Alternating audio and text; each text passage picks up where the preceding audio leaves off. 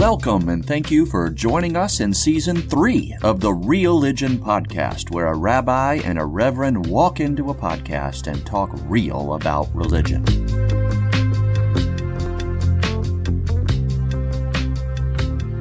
Joel Tolbert.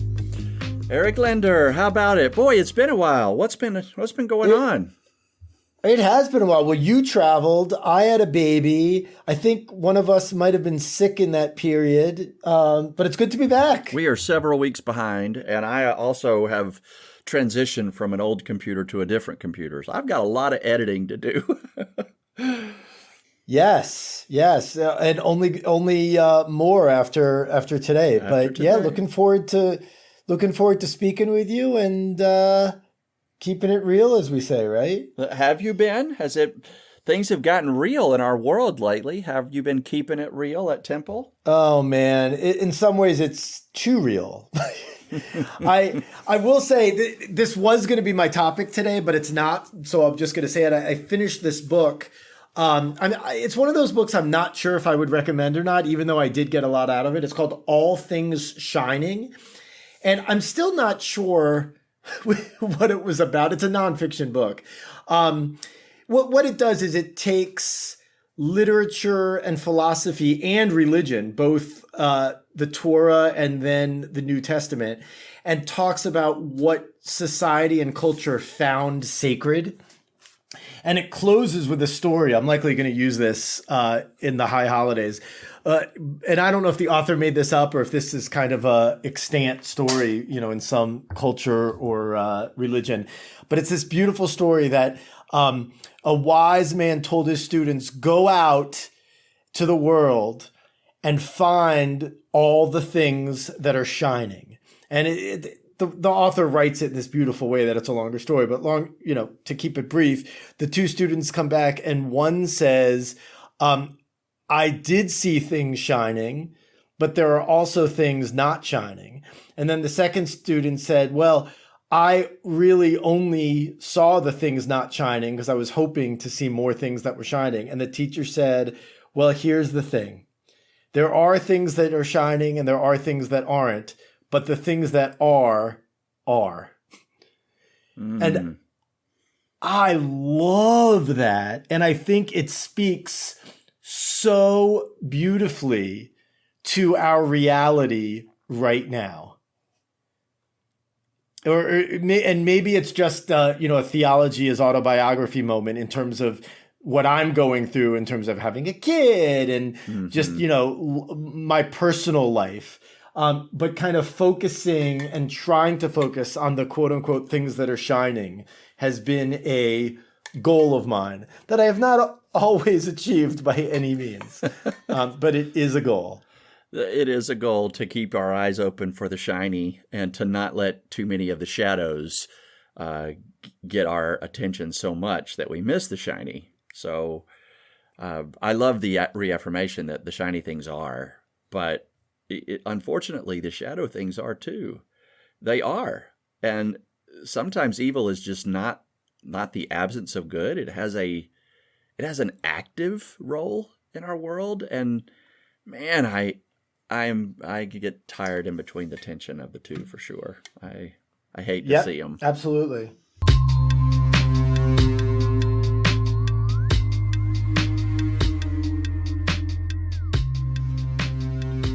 All right. Well, so what's shining if that's not your mind topic, today? What is your topic? Or am I going? I was going to ask what your topic is. Oh, that's right. You want me to go? No, I can't. So last week I went on a conference down to Montreat, North Carolina. It's called the Arts, Recreation, and Worship Conference. And I went, but I've never been to this conference before. But I went because I just needed to get away and go back to Montreat. It's a cool place for me.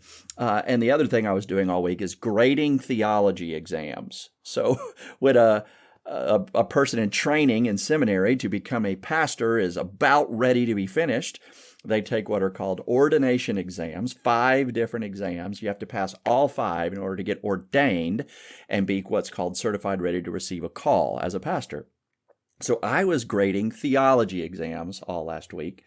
And at the same time, I was participating in a small group at this conference called Thirsting for Theology. which was a cool thing, right? So I had a double overlap here of theology. Kind of mixes with your pub theology, the drinking. That is it, and that's why I did it. We went to 2 or 3 different breweries and coffee shops around Nashville. So as I'm reading these students' theology papers on obscure, weird questions that we ask of them, I am traveling out with real pastors who are already doing it to bars and breweries and coffee shops, and we are being asked, where do you see the sacred and where do you see the secular in this gathering of humans? What is being served? Who is being served here? And by that, he means, well, we're serving coffee, but he also means, we're serving relationships, we're serving community. And we interviewed one of the heads of the Highland Brewing Company in Nashville. His name's Oscar. And we were asking him what it's like to create a culture, because his brewery, Highland Brewing in Asheville, North Carolina, when you drive onto campus, there's a Frisbee golf course, there are kids and parents everywhere, there's food trucks, there's dogs, on leashes. It's a campus. And it is the wildest thing to go on to this place where you think, okay, this is a beer retailer, but it feels like a fraternity house, sorority house thing. And we were asking him how he created that culture, how he designed it and created it. And he had 3 aspects for it. And I thought of these aspects as critical for congregational culture. And I wondered if you do too. He said, 1 is integrity. I need human beings who show up here seeking to be consistent in their moral and ethical way of treating themselves and treating one another. And if I have somebody who is radically incapable of being consistent or who doesn't care about being consistent, it makes it impossible to maintain a fun, healthy culture.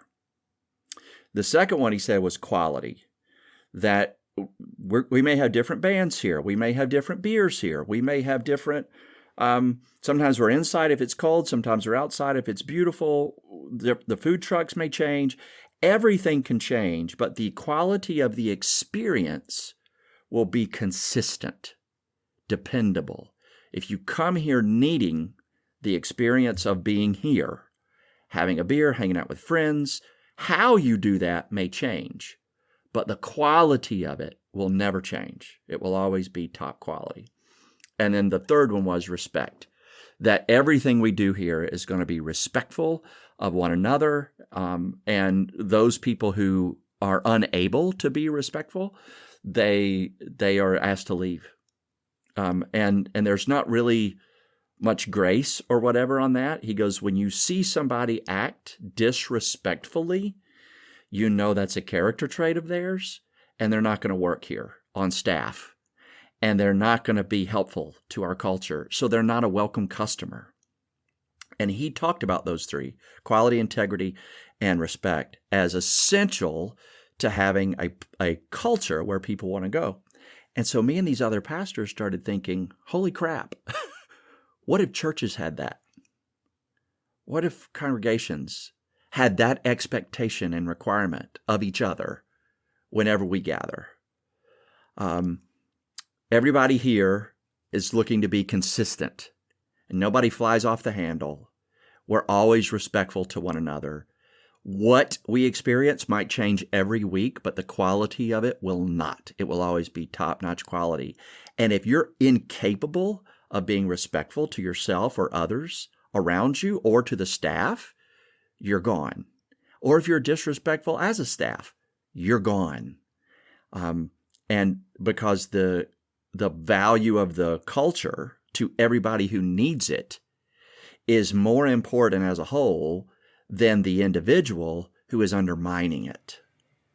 And he's saying, he's saying this, and I am melting because I struggle to find churches that do those three things well. And I don't know what you think about. Well, first of all, in some ways, his setup is just different than ours. So I mean, I admire that. And, in some ways I kind of fantasize about something like that, right? Like, but that's not like, I would venture to guess, like, that's not the community that you're building, right? That I mean, you're, first of all, he's getting my guess is a very particular clientele in probably a particular age group, right? Whereas like you and I, we're birthed to that. No, that's No, not he true. had a wide range of age groups, right? It was beautiful. And that's I had some other pastors who were older than me in this group who started off where you started off. The younger pastors said, no, no, no, no. This is what church should be.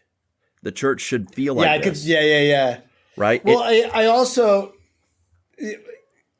is he doing like life cycle events and for these people? They have hosting events, and they now do weddings and parties. Got it. And they have key critical moment transitions in a person or a career or a family or a relationship. They host those things. And he did say that they have had a funeral there at the brewery now. Yeah. No, I mean, I think there's a lot to that. And it's not a judgment at all. This is not a like, oh, I'm old, what he's doing isn't right. I just think it's different. I think it's cool, and I admire it. The one of those three that to say take issue with is way too strong, but the quality piece. Because one thing that I think about a lot is there is a tension between innovation, or there can be a tension between innovation and creativity and quality, in that quality often happens after you've done something, it's like the Malcolm Gladwell 10,000 hours, right? Mm-hmm. You've done it so many times. So like I can do a standard Friday night service. Basically, I mean, many things can bombard me, and I would still be able to very professionally and warmly and fairly easily lead a Friday night service. But when we do things, as I think you and I both want to do, that are different, creative, pushing the envelope, asking for participation, using technology, those things make it difficult sometimes to have the same high level of quality as when we're doing something we've done a million times. And there's a real tension for me there. And I've really noticed it in the past year and a half with the pandemic, as we've all had to do things differently.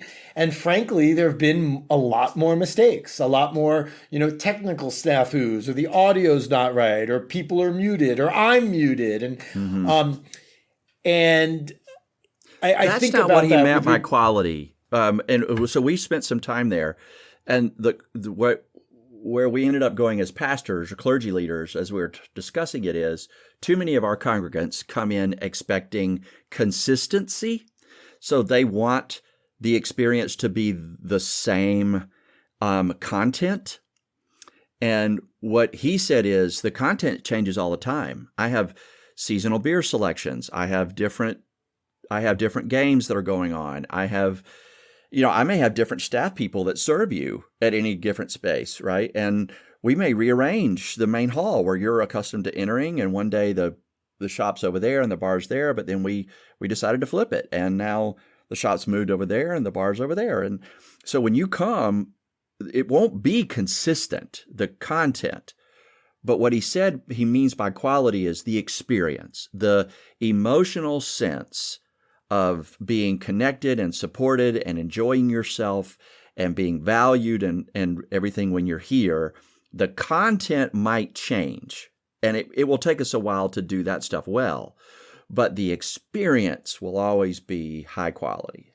And I thought, what if I measured, what if congregants did not expect me to sing the same songs at the same point in the worship every Sunday? What if they didn't expect me to have the pulpit in the same place every Sunday? What if they didn't expect me to have the same basic order of worship, where we say some words and then we open a book and we sing a thing, and then we get quiet and then we pray and then we read and then we preach and then we sing and then we read and then we pray, then we go home? That content stuff that is very consistent, that doesn't necessarily imply quality of experience. What would it look like to measure the quality of someone's religious experience, their relationship to themselves, to others, and to God? And whatever we did in our gatherings was to maximize that, the attendees' experience, spiritual experience with themselves, with each other, and with God, regardless of the content. Whether we're Zoom or whether our battery pack goes dead, none of that stuff affects the quality necessarily, if we're maximizing the quality of the spiritual experience for those who worship with us. So don't you try to do that anyway? I think so, but I think sometimes I let the habitual, traditional expectation of the members affect how much I maximize the religious experience for people. I see. Okay. I can resonate with that. I accommodate their expectations. We do it this way. We do it this long. We do these songs in this order. I accommodate that, even if it's rote and has almost no spiritual meaning anymore. Yeah. Well, and this might be what I was trying to articulate, and you saying that helps, is that you and I, and this links to my topic, but by no means am I rushing you out, Joel. You and I are in places that existed before us. Yes. So to some extent, it's only fair that there is some kind of expectations about, in Judaism, we use the word minhag. It's a place's custom or tradition, right? And so, we both went into places that are established in that way. Whereas this guy built his thing from scratch, which has its own challenges also. But in that sense, it's kind of like a startup company where the startup looks like the founder, right? That he gets to create it. And there's something really beautiful and powerful about that. Mm-hmm. Yeah, we had two quick stories. He said he hired an older guy who was very good at his job, and they had packed a stack of beers and wrapped it, and were about to load it on a truck. And a kid noticed, one of the younger kids on the dock noticed there was some discoloration at the bottom under the wrap. And the older guy just said, "Ship it." And the younger guy said, "No." And pulled it off to the side, unwrapped it, unstacked it, found the one that was leaking, removed all the ones it had stained, restacked it with no leaks, rewrapped it, and shipped it the next day, a day late, but with no leaks. And the guy, the owner, learned that and fired the old guy because he didn't have the integrity to maintain that level, right? He just sacrificed it in order to push something through. And I told him, I was standing in line waiting for an IPA, and I watched one of the guys pour one, and then he lifted it up and he saw something on it, and he scratched it with his thumbnail and realized whatever he sees, it's on the inside and he can't get to it. So he dumped the whole beer. He turns the glass upside down in the dirty rack, pulls a new glass, looks it over really well, and then pours a beer and then delivers it to the person in front of me. And he goes, "That's it. I cannot teach that, right? I need people who have that in them." That's a great story. Yeah. I like the metaphor of that. Yeah. And he said, "I can't teach that to people. I can measure if they have it, and I can monitor and watch to see if they have it and are willing to have more of it. But if they have it, they have it, and you see it, and you know that, okay, this is going to be one of my great employees. And if they don't have it and are not even willing to imagine having it, I can't waste time on trying to give it to them. Because every minute that I let them do it wrong, I am not just accommodating somebody who's falling behind. I'm hurting the whole community." There's a big difference, too, between how we treat people that are employees and the people that are the quote unquote customer, right? Like I'm going to treat, not in terms of dignity, God forbid, or anything like that, but in terms of expectation and how we hold people accountable. There's a big difference between kind of my,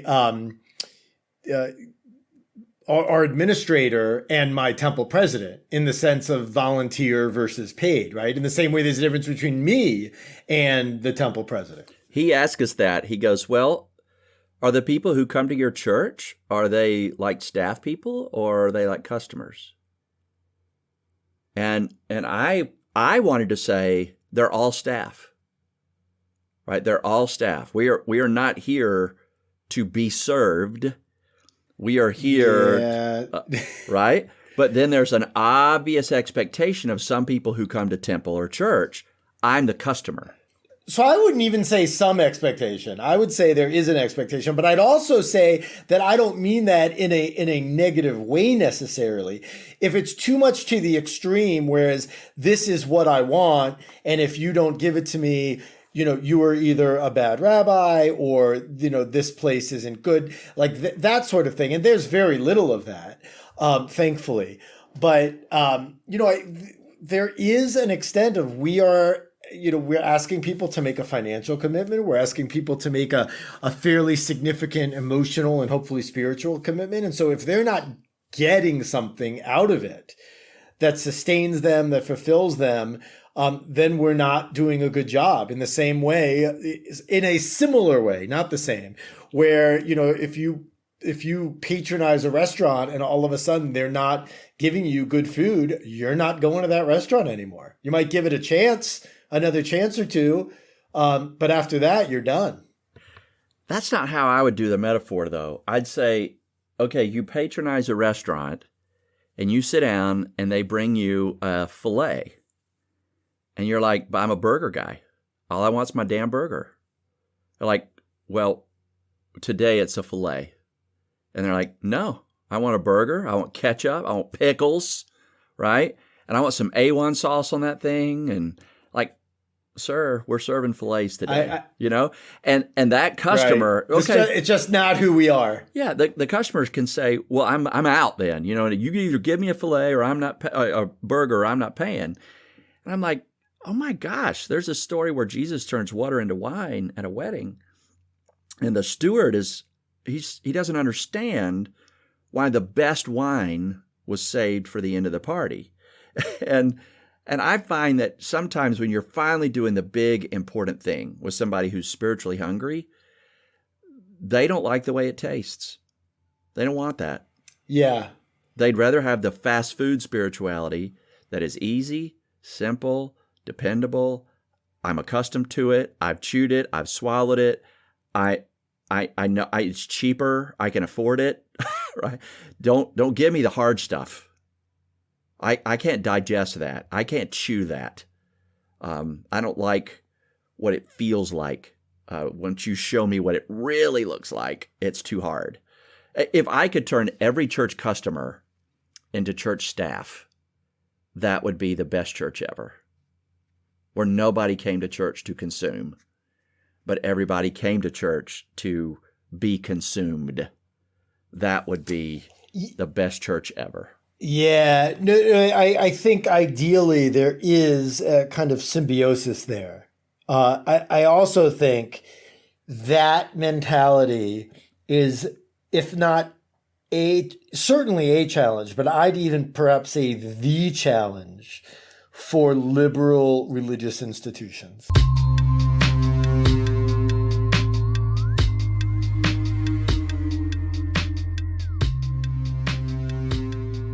Speaking of liberal religious institution. Yes, we are one. And so we are, speaking of previously existing places, our congregation here in Athens, Georgia is currently celebrating this is a word I've learned recently, Sesquicentennial anniversary. It's 150th year in Athens. And it's a pretty big deal.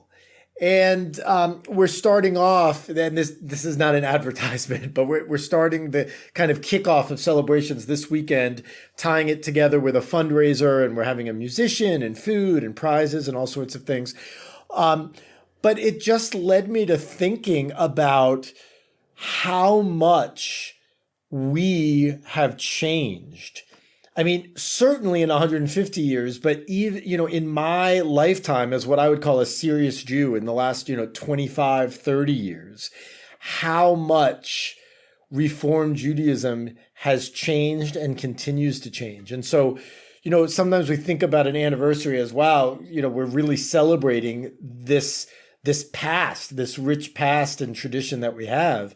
I think in our case, that's certainly true, especially as the only community-based Jewish congregation in Athens. But even more so, the excitement and hope for whatever changes and excitement and innovations that we are going to have in the future. And so that kind of milestone anniversary leads me to think about all of that. So did it take the end of the Civil War for Reform Judaism to put a congregation in the deep South, Athens? Yeah, I mean, 1873 was our founding year. Not too long after the Reform movement itself, which is pretty remarkable. I don't know. I've seen the deed of kind of the formation. I don't know what the reasons were or what kind of created the congregation. But from a physical standpoint, we've been in 3 different spaces.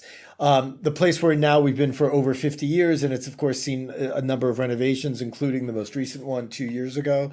But what I'm most interested in, again, is this move between kind of who we are and who we were, who we are, and who we will become, who we want to become, and how that's implicit in the definition of Reform Judaism, and kind of where we'll go from here. It's exciting.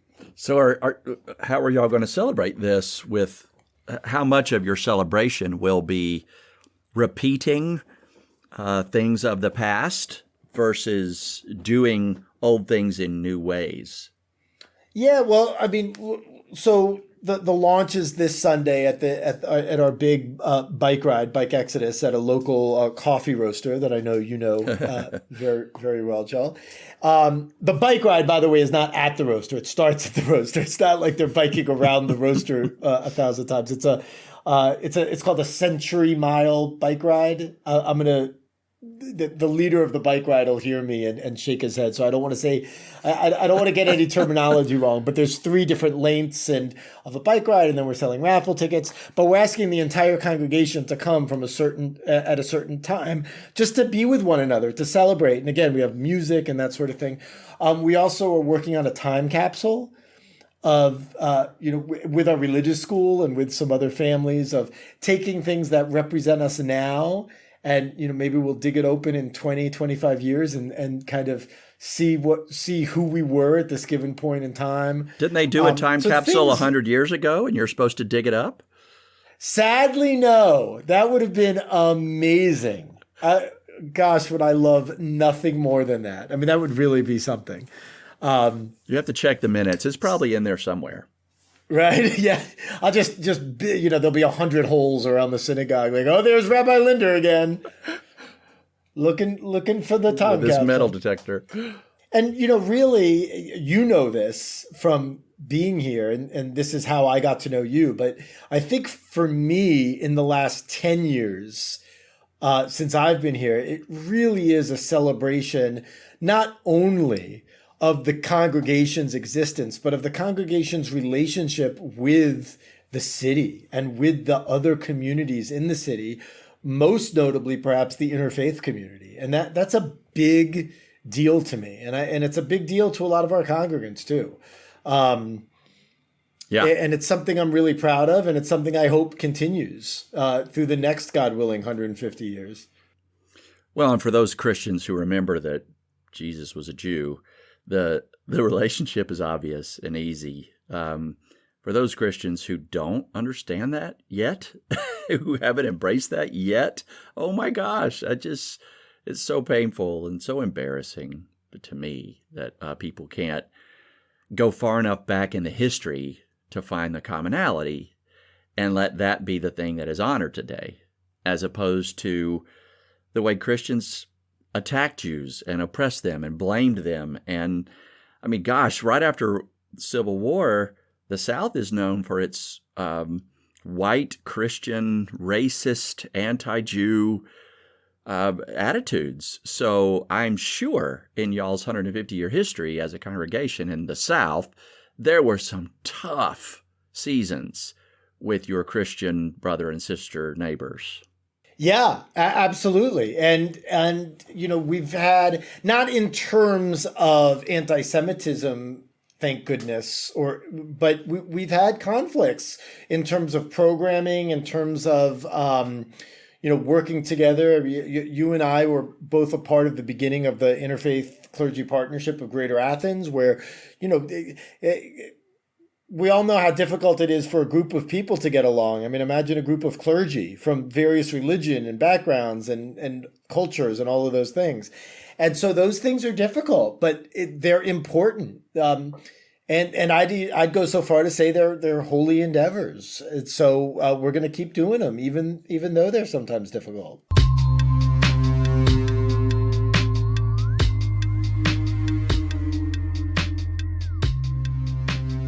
Nice. Well, congratulations. Happy birthday. We should blow out candles. Thanks. Why don't you come this weekend? I can't come this weekend. I'll be down in Atlanta and Athens in July, though. So you will? Yes, I'm coming to a couple Atlanta United games. Oh, you better come see me. We might have to do an episode live. Nice. Right? You haven't signed up for any of my Atlanta United tickets yet. I know well, unless I could take at that point, he'll be 3 months old. I don't know that, can't recommend it. To go. Yeah. Oh, but this was fun, Joel. Good topics. Yes, you too, buddy. Until next time, keep it real. See y'all later. Shalom. Thank you for joining us on the Religion Podcast today, where a rabbi and a reverend walk into a podcast and talk real about religion. I'm Reverend Joel Talbert, and on behalf of Rabbi Eric Linder and all the Religion fans out there, we thank you for being with us today and invite you to send us any feedback or suggestions or topic ideas to religionpodcast@gmail.com. Until next time, keep it real.